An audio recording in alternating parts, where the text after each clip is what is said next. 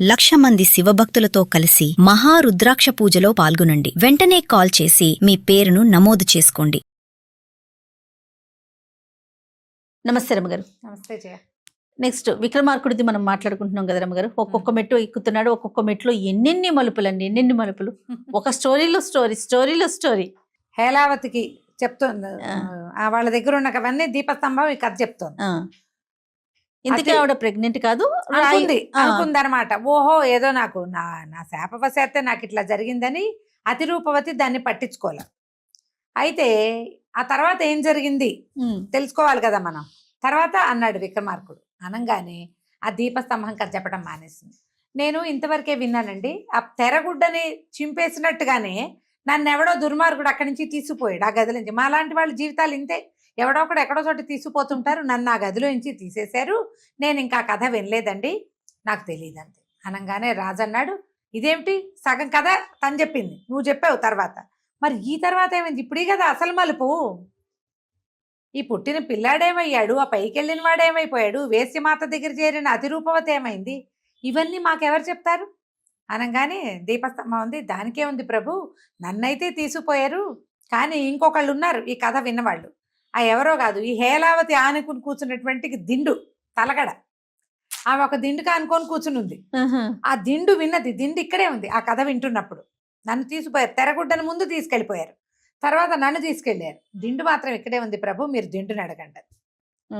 ఈయన అన్నాడు, దిండు కథ చెప్తావా మరి అన్నాడు.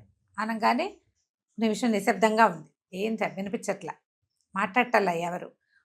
అని ఒక మూలుగు వినపడి తర్వాత మెల్లిగా దిండు చెప్తోంది, చెప్పాలనే ఉంది, మీరు ఇంత బాగా అడుగుతున్నారు, కానీ ఏం చేయను, ఈ హేలావతి నా ఊపిరాడనివ్వట్లేదు అన్నది. హేలావతికి ఆశ్చర్యంగా ఉంది, ఏం జరుగుతోంది, అన్ని మాట్లాడేస్తున్నాయి, అన్ని ఇవన్నీ మన దగ్గర ఉండేవే, ఇవి ఈ కథ ఎక్కడి నుంచి విన్నాయి, ఇవి చెప్పటం ఏమిటి, ఈయనెట చెప్పిస్తున్నాడు వాళ్ళతోటి, వాటితోటి వస్తువు, ఇవి మనుషులు కాదు, మనుషుల్ని అడిగితే చెప్పడం వేరు, వస్తువులు చెప్తున్నాయే అని ఆమె ఆశ్చర్యంలో మునిగిపోయి అటకే కూర్చుంది.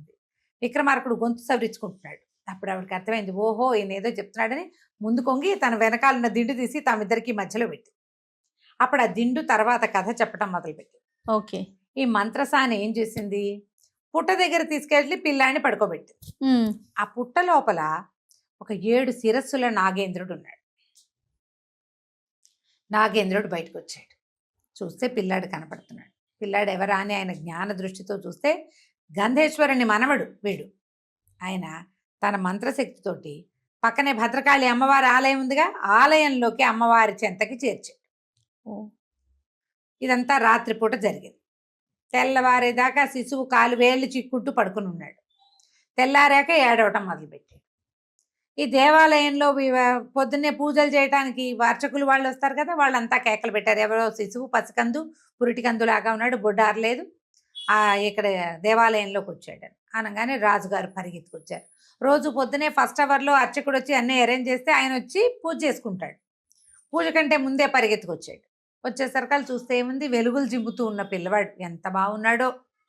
సరే నా కొడుకు అట్లా అయిపోయాడు, కోడలు ఇదే దారి అయిపోయింది, ఈ పిల్లాడే ఎవరో దక్కాడని ఆ పిల్లాడిని తీసుకొచ్చుకున్నారు. మనవడైన పిల్లాడిని తెచ్చుకుని పెంచుకున్నాడు. మదనమోహనుడు అని పేరు పెట్టారు. ఎంత అంతగాడో ఆ పిల్లవాడిని చక్కగా పెంచుకోవటం మొదలు పెట్టారు. ఈ అతిరూపవతి ఎవరి దగ్గర ఉంది, వేశ్యావాటికలో ఉండిపోయింది. ఈ అతిరూపుడిని ప్రతి పౌర్ణమికి తీసుకొచ్చేవాళ్ళు. అతని భార్య అక్కడి నుంచి వెళ్ళిపోయాక ఆ భార్య లేదని వాళ్ళు అసలు అతని కిందకే తేల, అతను అక్కడే ఉండిపోయాడు. 16 సంవత్సరాలు గడిచినాయి. 16 లేదా 17 సంవత్సరాలు ఈ అతిరూపవతి వేశ్యవాటికలోనే ఉండిపోయింది. ఆ వేశ్యమాత ఈ అమ్మాయితో ఏదైనా ఇతరత్ర వ్యవహారాలు చేయించాలని చూసింది, కానీ ఆ అమ్మాయి ఎట్టి పరిస్థితుల్లోనూ లొంగల. ఆవిడికి నా భర్త తప్పిస్తే ఇంకొకరిని వల్ల పైగా నేను రాజకుమార్తెని, ఇలాంటి వ్యవహారాలు చేసేదాన్ని కాను, పాతివ్రత్యాన్ని వదిలిపెట్టను అని గట్టిగా పట్టుకుని ఉంది. ఆవిడ కూడా ఏంటంటే కూతుర్ని పోగొట్టుకున్న దుఃఖంలో ఉంది. సరే కానీలే, ఏదో ఒక ముద్ద మనతో పాటే అని చెప్పి తనతో పాటే అన్నం పెడుతూ తన దగ్గరే ఉంచుకుంది. ఆ ఇంట్లోనే ఉండిపోయింది. అయితే ఏమైంది, 16 ఏళ్ళేమో అయింది.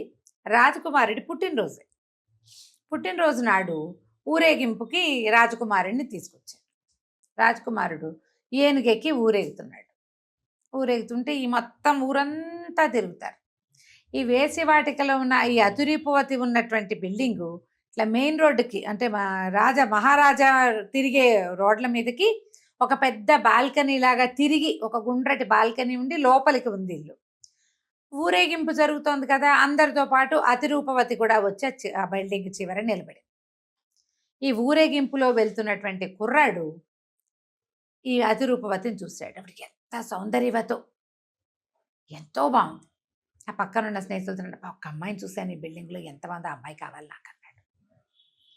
అనేసరికి వీళ్ళేమనుకున్నారు, ఇప్పుడే యవనాంకురం వాళ్ళు వచ్చినాయి పిల్లవాడికి, రాజుగారి అబ్బాయి మరి రాజు అవ్వబోతున్నాడు కదా, మదన్మోహనుడు ఉత్సాహవంతుడు, ఆవిడని ఎవరినో అరేంజ్ చెయ్యాలి వీడికి అని చెప్పి వాళ్ళు ఏం చేశారు, ఈ వేశ్యవాటికలో ఈ ఇంటికి వచ్చారు. రాజకుమారుడు యొక్క స్నేహితులు వచ్చి, మీ బిల్డింగ్లో మేడ మీద ఆ రోజు రాత్రి ఒక అమ్మాయిని మా రాజకుమారుడు చూశాడు, ఆ అమ్మాయి ఆయనకు కావాలి, ఆ అమ్మాయిని అరేంజ్ చేయమని చెప్పి వెళ్ళిపోయారు. ఈవిడ బతిమలాడింది, నీకోసం రాజకుమారుడు రావటం ఏమిటి, ఆ పిల్లాడు అచ్చు అతిరూపుడు లాగానే ఉన్నాడు. ఆ రోజు ఊరేగింపులోనే చూసింది తన భర్తలాగా ఉన్నాడు పిల్లాడని ఆ కుర్రాడు. కానీ ఈ రాజుగారి పోషణలో బాగా ఎదిగేసరికల్లా వాడు చిన్నపిల్లాడే లేడు, నవయువకుడు లాగా ఉన్నాడు. నా భర్త ఎట్టా వస్తాడు, వస్తే మాత్రం ఇంత చిన్నపిల్లాడిగా ఎందుకుంటాడు అని ఆవిడ దుఃఖపడి ఊరుకుంది. ఇప్పుడు ఏమైంది, ఈ రాజకుమారుడికి కబురు చేశారు ఫ్రెండ్స్, వాళ్ళతో మాట్లాడాము, నువ్వు ఎవరికీ తెలియకుండా మీ నాన్నగారికి తెలిస్తే ఏమైనా అనుకుంటారేమో, చెప్పకుండా వెళ్ళు, ఈ వయసులో ఇలాంటి సాహస కృత్యాలు చేయవలసిందే యువకులు అన్నవాళ్ళు అని బాగా బూస్ట్ చేశారు. పిల్లాడు ఏం చేశాడు, ఈ రాజకుమారుడు చీకటి మాటున ఫ్రెండ్స్ కూడా ఒకవేళ వేళాకోళం చేస్తారని వాళ్ళకి చెప్పకుండా ఆ బిల్డింగ్ దగ్గరికి స్వయంగా బయలుదేరాడు. గుర్రం వేసుకొచ్చాడు, గుర్రాన్ని ఆ సందు మొదట్లో వదిలిపెట్టి, నువ్వు ఇక్కడే ఉండు, నేను మళ్ళీ వస్తానన్నాడు. అడుగులు అడుగేసుకుంటూ బిల్డింగ్ వైపుకి వెళ్తుంటే కాలికి ఏదో మెత్తగా తగిలి చూసేసరికల్లా ఒక ఆవు దూడ పడుకున్నాయి. ఈయన ఆవుని తొక్కేసరికల్లా ఉలికిపడ్డాడు. దాటి వెళ్ళబోతుంటే దూడని, ఎవరే అమ్మ అట్ట పరిగెడుతున్నాడు, నేను తొక్కి కూడా సారీ చెప్పకుండా క్షమించమని అనకుండా వెళ్ళిపోతున్నాడు, చూస్తే రాచరిక బట్టలు వేసుకున్నాడు, ఎవరే అమ్మ వాడు అని దూడ తల్లిని అడుగుతాను. ఈ కుర్రాడికి అంతకుముందే పాఠశాలలో చేరున్నాడు, జంతువుల భాషలు తెలుసు. ఆ ఆవేం చెప్పిందంటే, వాడు కొవ్వెక్కి కొట్టుకుంటున్నాడమ్మా, సొంత తల్లి దగ్గరికే వెళ్తున్నాడు, వాడు వేసి అనుకుని సొంత తల్లి దగ్గరికే వెళ్తున్నాడు, బుద్ధిహీనుడు, నిన్ను నన్ను తొక్కకేం చేస్తాడు, తల్లే తెలియదు వాడికి, గోమాత ఏం తెలుస్తుంది అన్నది. అన్నం కానీ ఉలిక్కిపడ్డాడు, ఏమిటి నా తల్లే అంటే రాజుగారి అబ్బాయిని కానా నేను, పైగా ఇది వేశ్యవాటికలో ఎందుకుంది. మెల్లిగా నడవటం మొదలుపెట్టాడు, పైకి వెళ్ళాడు, ఏడుపు వచ్చేస్తుంది, ఏం చేయాలో తెలియటల్లా. గుమ్మంలోకి వెళ్ళిపోయాడు కదా, వాళ్ళు తలుపులు తీసేశారు. పైకి ఎక్కే పదండి బాబు పదండి అని గబగబా పైకి తీసుకుపోయారు. పైకి వెళ్ళాక ఈ గదిలో ఒక గదిలో ప్రవేశపెట్టారు. అతను ఆ గదిలో నుంచునున్నాడు, ఏం చేయాలో తెలియటల్లా. ఆ వినపడిన మాటలే బుర్రలో తిరుగుతున్నాయి. రాజుగారి అబ్బాయిని కదా నేను, మా అమ్మ అక్కడ ఉంది, ఇక్కడ ఉందంటారేంటి, ఎందుకంటుంది ఆవు, పైగా నాతో చెప్పాలా, నాతో చెప్తే అబద్ధం చెప్పింది అనుకో, వాళ్ళు మాట్లాడుకుంటేనే నాకు ఇది తెలిసింది. ఈ లోపల ఏమైంది, ఈ వేసిమాత గబుక్కున్న తలుపు తీసి ఈ అతిరూపవతిని ఒక్క తోపు తోసింది లోపల. ఆవిడ లోపలికి వచ్చేసరికల్లా వీడు నిర్ఘాంతపోయాడు కుర్రాడు రాజకుమారుడు, ఏం చేయాలో తెలియలే. అప్పుడు అతనికి తెలిసింది, తన ఎదురుగుండా నుంచున్నది పిల్ల కాదు, అంటే తన వయసు అమ్మాయి కాదు, పెద్ద ఆవిడ. ఈవిడ పెద్దది, ముఖం అదే ముఖం, నాకు అప్పుడు చీకట్లో తెలియలే, ఇప్పుడు నాకు తెలుస్తోంది ఈవిడ పెద్దది, చిన్నపిల్ల కాదు. దుఃఖంతో పరిగెత్తుకుంటూ దిగేసేసాడు మెట్లు. ఆవిడ పక్క నుంచి తలుపు తోసుకుని కిందకి వెళ్ళిపోయాడు, ఏడ్చుకుంటూ ఇంటికి వెళ్ళిపోయి ఆ రాజుగారిని పట్టుకున్నాడు. దిండు చెప్తోంది ఈ కథ అంతా. నేనెవరు, ఏం జరిగింది, నేను ఎక్కడి నుంచి వచ్చాను, నువ్వు మా అబ్బాయివే అన్నారు అందరూ. అతను ఇప్పుడు పాత చిత్రపటాలు ఉన్నాయి కదా, అవన్నీ మరి ఇతని మోఖం లాంటివే. సరే, మంత్రి గారికి అర్థం కాలేదు, ఇన్ని రోజులు లేనిది ఇవాళ ఎందుకు వచ్చింది రాకుమారుడికి ఈ మాట. స్నేహితుల్ని పిలిచారు, ఏం జరిగింది ఏమిటి అంటే, అప్పుడు ఆ స్నేహితుల్లో ఒకడు ఉన్నాడు, వాడు పెద్దవాడు, రాజకుమారుని ఎలాగైనా ముదురువాడిగా చేయాలని కంకణం కట్టుకుని ఉన్నవాడు. వాడన్నాడు, నన్ను క్షమించండి, ఊరేగింపులో ఫలానా భవనం మేడ మీద ఒక అమ్మాయిని చూశాడు రాకుమారుడు, ఆ అమ్మాయి తనకు కావాలని అడిగాడు, పంపించాను. నేను వాళ్ళకి చెప్పాను, రాజకుమారుడు మాతో చెప్పలా, కానీ ఇతను అక్కడికి వెళ్ళొచ్చాడని నాకు తెలిసింది వార్త. వెళ్ళొచ్చిన తర్వాత నుంచి ఇతను ఇట్లా దుఃఖంగా ఉన్నాడు, నేను ఎవరిని అన్న ప్రశ్న మొదలుపెట్టాడు. అనగానే అక్కడ వాళ్ళు ఏదో చేశారనుకున్నాడు మంత్రి. ఇక అక్కడి నుంచి ఈ కుర్రాన్ని, ఎవరో ఫ్రెండ్ ఉన్నాడుగా, ఆ ఫ్రెండ్ కుర్రాన్ని ఓ 4 సైనికుల్ని పంపించి ఆ బిల్డింగ్లో ఉన్న వేసిమాతని ఆవిడ కూతుర్ని ఈడ్చుకురండి అన్నారు. తీసుకొచ్చారు, తీసుకొచ్చి నుంచోబెట్టారు. ఎవరు ఏమిటి, నువ్వెవరు అని అడిగితే, ఈ అతిరూపవతి ఇక్కడి నుంచి వెళ్ళిపోయి ఎన్నేళ్ళైంది, 17 సంవత్సరాలైంది. అంతకుముందు అతిరూపవతిని చూసిన వాళ్ళు ఎవరు ఈ ఊళ్ళో? ఫస్ట్ సెట్ ముసలి ముతగా పెద్దవాళ్ళంతా చూశారు, వాళ్ళు ఎవ్వరికీ ఆమె గుర్తులేదు. రాజుగారు కూడా ఆ పెళ్ళప్పుడు ఆ కోడల్ని 10 మాటలు చూశాడు, కానీ ఆ తర్వాత ఇన్నేళ్లలో ఆయన చూసిందే లేదు. ఎప్పుడైతే ఆ అమ్మాయి తన కొడుకు తప్పిపోయి ఈ అమ్మాయి ఉండిపోయిందో ఆ పిల్లని అసలు ఆయన కంటితో కూడా చూడలే. ఆ గర్భవతిగా ఉన్నప్పుడు కోపంతో బయటికి పంపించేశాడు. ఇన్నేళ్ళు గడిచింది, ఆయన ఏం గుర్తుపడతాడు? పైగా ఆయన పెద్దవాడైపోయినాడు. మంత్రి గుర్తుపట్ల. మంత్రులు వాళ్ళు ఈ రాజుగారి కోడళ్ళని ఎక్కువ మొహం ఎత్తి చూడరు. దాంతో ఆమెని ప్రశ్నించారు. ప్రశ్నిస్తే ముందు వేసి మాట చెప్పింది, నా కూతురు మరణించింది, ఒకనాటి రాత్రి మరణించిన పిల్లని మేము ఖననం చేయడానికి వెళ్తే ఒక అమ్మాయి నిండు గర్భవతి కనపడింది, ఆమె ప్రాణం తీసుకుపోతుంటే నేను కాపాడి తీసుకొచ్చాను. మరి ఆమెకి పురుడయింది, పురుడొస్తే ఒక శిశువు కలిగాడు, చెప్పేసింది మొత్తం. శిశువు కలిగాడు, శిశువు కాదని నేను మంత్రసానికి అప్పచెప్పేసి నల్లగుండు పుట్టిందని నమ్మించాను, నా దగ్గరే ఉంచుకున్నా. ఇన్నేళ్ల నుంచి ఆమెతో నేనేమి వృత్తి చేయించలేకపోయాను, కానీ మొన్న రాత్రి అన్నది, నిన్న రాత్రి అన్నది. అన్నాక రాజుగారు ఆ పక్కన నిలబడిందిగా కొంచెం యంగ్గా ఉన్న అతిరూపతన అమ్మాయి, ఎవరమ్మా నువ్వు, ఎవరమ్మాయివి, ఇక్కడికి ఎట్లా వెళ్ళి వచ్చావు, ఈ వేసి మాత దగ్గర ఎట్లా చేరావు అనగానే ఆవిడ దుఃఖంగా, మాధవర్మ గారి కుమార్తెను నేను, నాకు పెళ్లి సంబంధాలు చూసేటప్పుడు అతిరూపుడు అనే రాజకుమారుడికి ఇచ్చి నన్ను వివాహం చేశారు. ఈ రాజ్యం గంధర్వ ఈ చంద్రగిరి అని కానీ ఎదురుకుండా ఉన్నాయనే గంధేశ్వరుడు అని కానీ ఆవిడకి తెలియనే తెలియదు. అతిరూపుడు మహారాజు గంధేశ్వరుని కుమారుడైన అతిరూపుడికి ఇచ్చి నన్ను వివాహం చేశారు. ఒంటిన స్తంభం మేడలో ఉంచారు నన్ను. ఒకనాటి రాత్రి నా భర్త ఎట్లా వెళ్ళిపోయాడో తెలీదు, అతను మళ్ళీ రాలేదు. నేను ఎలా గర్భవతిని అయ్యానో నాకు తెలీదు. గర్భవతిని అయ్యానని నన్ను ఇంట్లో నుంచి పంపించేశారు. ఈ చితిమంటల దగ్గర ఒళ్ళంటించుకుని చచ్చిపోదామంటే ఈ వేసి మాత కాపాడింది. నాకు ఒక నలరాయి పుట్టిందని చూపించింది. నాకు గర్భమని నేను నమ్మలేదు, ఈమె దగ్గరే ఉన్నాను. అప్పటి నుంచి ఇప్పటిదాకా నా భర్తను తప్ప నేను పరపురుషుణ్ణి చూడలేదు. కానీ నిన్న రాత్రి అంది. అనగానే మంత్రి అన్నాడు, వేసి మాత్రం అడిగాడు, నిన్న రాత్రి అని నువ్వు చెప్తున్నావు, నిన్న రాత్రి అని ఈ అమ్మాయి చెప్తాం. నిన్న రాత్రి ఏం జరిగింది? ఏం జరిగిందంటే, ఒక రాజకుమారుడు నన్ను ఈమెను కోరాడని కబురు వచ్చింది. అతను పైకి వచ్చాడు. ఈమెను చూశాక అతను దుఃఖంతో పరిగెత్తాడు. అతను ఎందుకు వెళ్ళిపోయాడో ఈమె ఏదో అన్నది అతన్ని. ఏమందో తెలీదు. అక్కడికి నేను అడిగాను, ఏమన్నావు ఏమన్నావు అని. ఎంత అడిగినా నేనేం అనలేదంటోంది. ఏమీ అనకపోతే ఈమెను వలసి వచ్చిన వాడు ఎందుకు పరిగెత్తి పారిపోతాడు, ఎందుకు ఏడుస్తాడు? ఏదో అన్నది, అది చెప్పటం లేదు. ఇది మాయల మారి అంటుంది ముసలిది.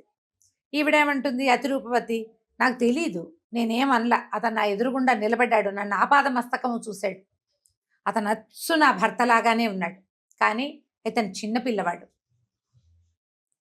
చిన్నవాడు, కానీ నా వైపే చూశాడు. చూసి నా పక్క నుంచి ఏడుస్తూ వెళ్ళిపోయాడు. నేనేమనలేదు. అనగానే మంత్రి గారికి రకరకాల లైట్లు వెలిగినాయి తల్లో. ఈ వేశ్యమాతను అడిగాడు, ఏ మంత్రసానికి నువ్వు బిడ్డనిచ్చి పంపించావు? మంత్రసాని ఎవరో చెప్పమన్నాడు. అప్పుడు ఎక్కడి నుంచో ఒక వెంకాయమ్మని వెతికి పట్టుకొచ్చాను. ఆ వెంకాయమ్మ ఏం చెప్పింది, పిల్లవాడిని చంపేమంది, నేను పెడితే కష్టమని ఈ పిల్లాడిని ఆలయంలో వల్మీకం దగ్గర స్వామివారి పుట్టుంది, సుబ్రహ్మణ్యుడి పుట్ట, 7 తలల నాగున్నాడు, అక్కడ పడుకోబెట్టాను. తర్వాత ఏం జరిగిందో నాకు తెలియదు. అప్పుడు మంత్రి అన్నాడు, ప్రభు, ఇదేదో చాలా విచిత్రమైన సంగతిగా ఉంది. ఈమె చెప్తున్న వివరాలని బట్టి ఈమె అతిరూపవతి. ఆమెకు కుమారుడు కలిగాడు. ఆ కుమారుడు అతిరూపుడు లాగా ఉన్నాడంటే అతిరూపుడి కొడుకే అయి ఉండాలి, అతిరూపుడి కొడుకే అవ్వాలి. మనకి పిల్లవాడు భద్రకాళి ఆలయంలో దొరికాడు, కానీ ఎవరు అమ్మా నాన్నో మనకు తెలియదు. కానీ పిల్లాడు మాత్రం అతిరూపుడు లాగానే, మీ కుమారుడు లాగానే ఉన్నాడు. అలా ఎలా కుదురుతుంది? ఇక్కడ ఏదో జరుగుతోంది, మనకు అర్థం కావట్లేదు. పదండి అందరం భద్రకాళి ఆలయానికి వెళ్దామని అందరూ పోయి భద్రకాళి ఆలయంలో నిలబడ్డారు. రాజుగారు పెద్ద వారి చేతిలో హారతి కర్పూరం పెట్టుకుని వెలిగించి అమ్మవారికి హారతి ఇచ్చి, నన్ను రక్షించు, ఏం జరుగుతోంది, నా కుమారుడు ఏమయ్యాడు? ఈ దొరికిన కుమారుని నువ్వు ఇచ్చిన ప్రసాదం అని నమ్మాను, కానీ ఇతను నా సొంత మనవడేనని తెలిసేలాంటి ఒక గాథ వినపడుతోందంటే అమ్మవారి మాటలు వినపడ్డాయి. గంధేశ్వర, ఈమె నీ కోడలు, ఈ పిల్లవాడు ఆమెకు పుట్టిన సంతానం, నీ వారసుడని నీకు అప్పచెప్పాను నేను. నీ కుమారుడు ఆ స్వర్గలోకంలో ఉన్నాడు అనేసరికి ఈ పిల్లాడు అడిగాడు, నా తండ్రిని రక్షించుకునే మార్గం ఏది అని అడిగేసరికి ఆవిడ ఏం చెప్పిందంటే, నీ తల్లితో సోమవార వ్రతం చేయించు. అప్పుడు ఆ 7 కన్యలట వాళ్ళు, 7 నా దేవకన్యలు, 4 3 అనుకుంటున్నాం కదా, 7 వాళ్ళు గనక ఒప్పుకొని అతన్ని పంపిస్తే అతను భూమి మీదకి వచ్చేస్తాడు. స్వర్గలోకంలోనే ఉన్నాడు, గంధర్వలోకాలు స్వర్గలోకాల్లో తిరుగుతున్నాడు అనేసరికల్ ఈ పిల్లాడు తల్లిని కావలించుకున్నాడు, క్షమించమన్నాడు. ఈ రాజుగారు కూడా పరిపరి విధాలుగా ప్రార్థించి కోడల్ని ఇంటికి తెచ్చుకున్నారు. తర్వాత ఒంటి స్తంభం మేడలోనే ఈయన అతిరూపవతి కొన్ని వారాల పాటు సోమవార వ్రతం చేశాక ఆ 7 కన్యకలు ప్రత్యక్షమై నీకేం కావాలని అడిగితే ఆ భర్తని కావాలని కోరుకునేసరికి ఆ భర్తని తీసుకొచ్చి అప్పచెప్పారు. తర్వాత ఈ భర్తతోటి కుమారుడితోటి అతిరూపుడు అతిరూపవతి ఇద్దరు ఈ మదన్మోహనుడు అని చెప్పబడతారు రాకుమారుడితోటి ఎంతో కాలం సంతోషంగా ఉండి చంద్రగిరి రాజ్యాన్ని పరిపాలించారు. ఈ దిండు చెప్పింది అప్పుడు, వర్తక వేషధారి రాజా విక్రమార్కుడు, నీ వల్ల కదా నువ్వు విక్రమాదిత్యుడివి, పరమసాహసివి, భద్రకాళి అమ్మవారి యొక్క కృపాకటాక్షాలకి వల్ల ఇంత మహత్తు సంపాదించావు, నీ వల్ల కదా ఇలా నువ్వు నోరులేని జీవాలం తలా పక్కన పడుండేవాళ్ళం మాకు కథలు చెప్పే అవకాశాన్ని ఇచ్చావు ప్రభు. నీలాంటి వాడివి నువ్వే. నీ వల్ల కాకపోతే ఓ దిండు, ఓ తలకు ఒక తెరగుడ్డ, ఒక తల వెనకాల ఉండే దిండు, ఓ తెరగుడ్డ, ఓ దీపస్తంభానికి మాటలు ఎట్లా వస్తాయి? అంతే కదా, నువ్వు ఉన్నావు కాబట్టి మాకు ఈ మాటలన్నీ వచ్చినాయి. ఈ కథ మేము అప్పుడు విన్నది అనగానే, ఎప్పుడైతే వర్తక వేషధారి రాజా విక్రమార్క అనగానే బయట ఉన్న మంత్రిరాజు ఆశ్చర్యపోయాడు. విక్రమార్కుడా, అతను వచ్చాడు మన కోసం. ఈ హేలావతి కూడా చాలా ఆశ్చర్యపోయింది. అప్పుకొని వచ్చి ఆయన పాదాలకు దండం పెట్టింది. నువ్వని తెలియలేదు, నువ్వు వర్తక రూపంలో ఉండటం వల్ల నా తండ్రికి నేను వలచిన వాడు, నాకు ఎవరైతే పెళ్లి కుమారుడు నచ్చాడో అతను నాకు తగిన వాడేనని నమ్మించడానికి ఈ ఏర్పాటు చేయమన్నాను. నేను 10 ప్రశ్నలు వేసి నీ నుంచి సమాధానాలు రాబట్టి నిన్ను ప్రూవ్ చేద్దామనుకున్నా, నిరూపిద్దామనుకున్నా, కానీ నువ్వే నిరూపించుకున్నావు. ఈ వస్తువులతోటి మాట్లాడించి ఈ కథ చెప్పించి నువ్వే నిరూపించుకున్నావు అని చెప్పి ఆవిడ వచ్చి దండం పెట్టింది. బయట నుంచి రాజు మంత్రి ఇద్దరు వచ్చారు. పరిపరి విధాల ప్రార్థించి ఇన్ని మమ్మల్ని క్షమించండి అని మర్నాడు ఉదయం వివాహానికి ఏర్పాటు చేసుకుని హేలావతితోటి పెళ్లి చేశారు విక్రమార్కుడికి. ఆయన కొంతకాలం పాటు ఆ ద్వీపం అంతా చక్కగా విహారం చేసి తన గడువు 6 నెలలు పూర్తయ్యాక బ్రాహ్మణ ఇంట్లో, ఒక సత్రం అధికారి ఇంట్లో బ్రాహ్మణ కుమారుడిని దాచిపెట్టాడు కదా, ఉంచాడు వాళ్ళ దగ్గర. ఆ కుమారుణ్ణి తీసుకుని హేలావతితో సహా ఈ భేతాళుడి సహాయంతో మళ్ళీ ఉజ్జయిని మహానగరానికి తిరిగి వచ్చేసాడు. తిరిగి వచ్చాక ఆ వేదవిధుడు అనే బ్రాహ్మడు ఉన్నాడు కదా, ఆయన్ని పిలిపించి ఆయన కుమారుణ్ణి ఆయనకు అప్పచెప్పాడు.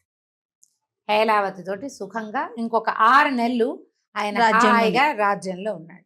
ఇప్పుడు చూడు ఎలాంటి వాడు విక్రమార్కుడు. ఏదైనా చెయ్యాలి అంటే చేసేయటమే, అంతే, ముందు వెనక చూసే పని లేదు. బ్రాహ్మణ కుమారుడిని రక్షించడం కోసం బయలుదేరి చివరికి వివాహం చేసుకుని వెళ్ళాడు. అతని తెలివితేటలు కానీ, పరాక్రమం కానీ, సాహసం కానీ నీకేవీ లేవు, కాబట్టి నువ్వు ఈ సింహాసనం ఎక్కడానికి పనికొచ్చేవాడివి కాదు, దిగి వెళ్ళిపోమని ఈ కోమలవల్లి అని చెప్పి ఉన్న పేరున్న సాలభంజిక 3వ మెట్టు మీద ఉన్నది చెప్పంగానే భోజుడు ఓ నమస్కారం చేసి దిగి వెళ్ళిపోయాడు.